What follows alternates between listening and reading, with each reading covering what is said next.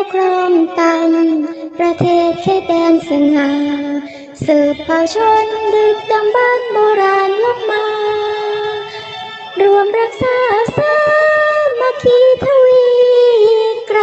บางสมัยศัตรูจู่โจมตีเราพิชีพรวมลุกไล่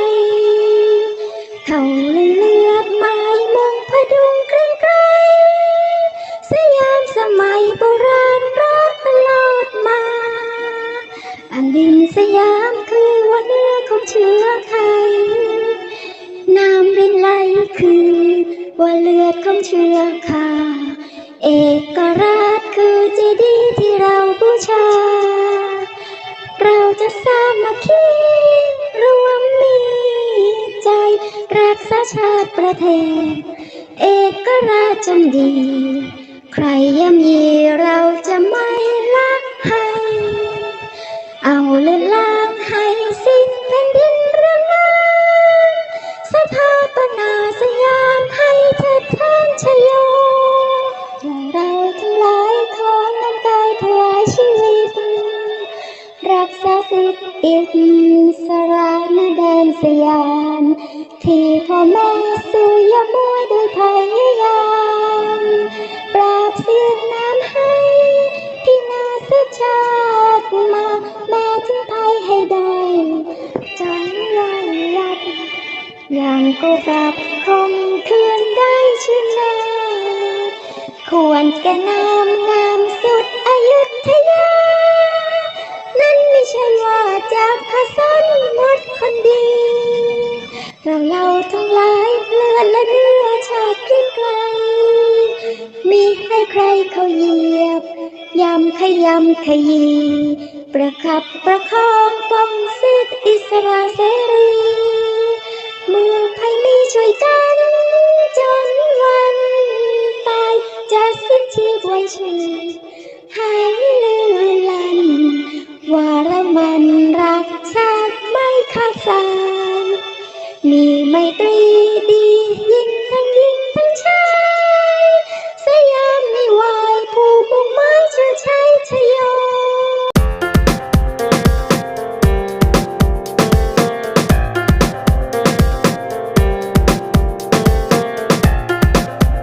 สวัสดีค่ะคลิปนี้มีกุ๊กกิ๊งก็จะมาเล่าข่าวให้ฟังนะคะฝนตกถนนลื่นรถขยะเสียหลักพลิกตะแคงชนกำแพงวัดเจ็บ5 ราย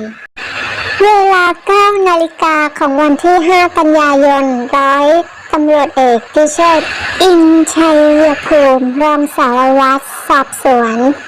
อำเภอบ้านค่ายจังหวัดระยองได้รับแจ้งจากมูลนิธิสว่างพรกุศลจังหวัดระยองว่ามีรถบรรทุกขยะชนกำแพงวัดปากป่าหมู่ 4 ตำบลหนองตะพานอำเภอบ้านค่ายจังหวัดระยองได้รับความเสียหาย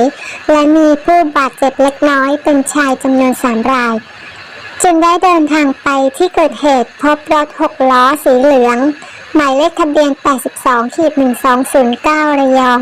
เป็นรถบรรทุกขยะขององค์การบริหารส่วนตำบลตาสิทธิ์สภาพพลิกคว่ำตะแคงด้านขวาบริเวณหน้าวัดปากป่าริมถนนสายหนองตะพานมาบค่ะอำเภอบ้านค่ายจังหวัดระยองกำแพงวัดได้รับความเสียหายมีผู้บาดเจ็บเล็กน้อยจำนวนทั้งหมด5 รายนำส่งโรงพยาบาลบ้านค่ายจำนวน2 รายที่เจ็บบริเวณชายโครงจากการสอบสวนพบว่าคนขับก่อนเกิดเหตุได้ขับรถขยะดังกล่าวมาจากอบต.ตาสิทธิ์น้ำหนักขยะกว่า5 ตันเพื่อจะนำไปทิ้งที่บ่อขยะของจังหวัดระยองมีลูกน้องเป็นชาย4 คนอยู่ด้านหลังขยะที่จุดอัดขยะ2 คนและนั่งด้านข้างคนขับ2 รายเมื่อมาถึงจุดเกิดเหตุมีฝนตกทำให้ถนนลื่นรถเสียหลักพุ่งชนกำแพงวัดทำให้มีผู้บาดเจ็บเล็กน้อยซึ่งเหตุการณ์นี้ รบรอบ1 ปีพอดีที่เมื่อปีที่แล้วก็มีรถบรรทุกขยะของอบต.ตะพงก็เสียหลักพลิกคว่ำชนกำแพงวัดดังกล่าวจากข่าวนี้แสดงให้เห็นว่าไม่ได้มีการแก้ไขปรับปรุงอะไรเลยนะคะมันครบรอบปีเลยนะคะแล้วก็เกิดเหตุเช่นนี้เช่นเดิมแล้วก็บริเวณเดิมๆเหมือนเดิมเมื่อครบรอบปีเนี่ยมันก็เข้าสู่ในฤดูกาลเดิมๆอะค่ะก็คือเป็นช่วงหน้าฝนแล้วก็มีฝนตกแล้วก็ถนนลื่นแล้วก็จะมีรถขยะลักษณะการขับการ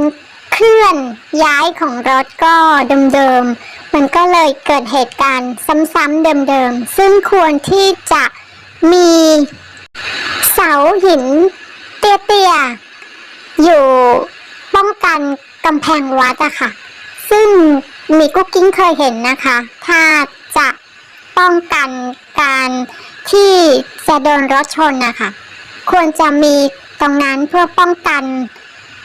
ความแรงของรถเมื่อลดความแรงของรถแล้วเนี่ยลดความเร็วความแรงของรถแล้วเนี่ยเมื่อไปถึงกำแพงวัดก็อาจจะไม่ได้รับความเสียหายเลยได้รับการป้องกันในส่วนหนึ่งอะค่ะก็แย่นะคะเคยเกิดเหตุเช่นนี้เหมือนอย่างนี้เลยแต่ก็ไม่มีการป้องกันไม่มีการแก้ไขเลยนะคะแล้วก็มาให้เกิดเหตุการณ์ซ้ำๆอีกแล้วควรที่จะให้คนขับรถขยะก็ควรที่จะลดความเร็วหรือมีความระมัดระวังเมื่อผ่าน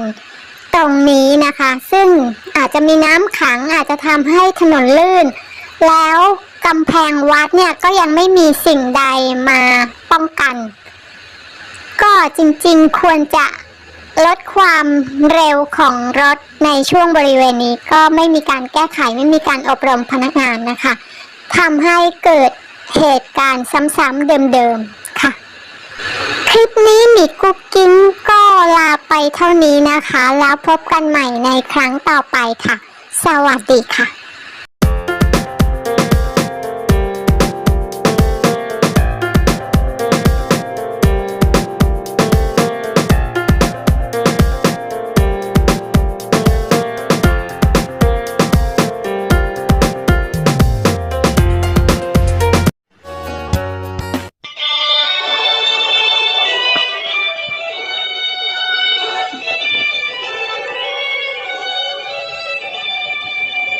แผ่นดินสยามงามประเทืองว่าเมืองทองได้เข้าครองตันประเทศเขตแดนสง่าสืบเผ่าชนดึกดำบรรพ์โบราณลบมารวมรักษาสามัคคีทวีไกลบางสมัยศัตรูจู่โจมตีเราพิชีพรวมลุกไล่เขาเลือดไม้มงพดุงเกรียงไกรสยามสมัยโบราณรักตลอดมา